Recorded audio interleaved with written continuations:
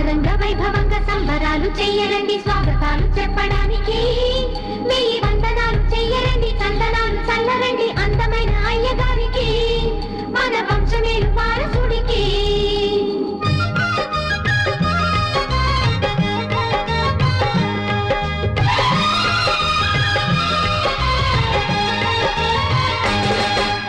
దండాలండి కొత్త దొరగారికి జయ హో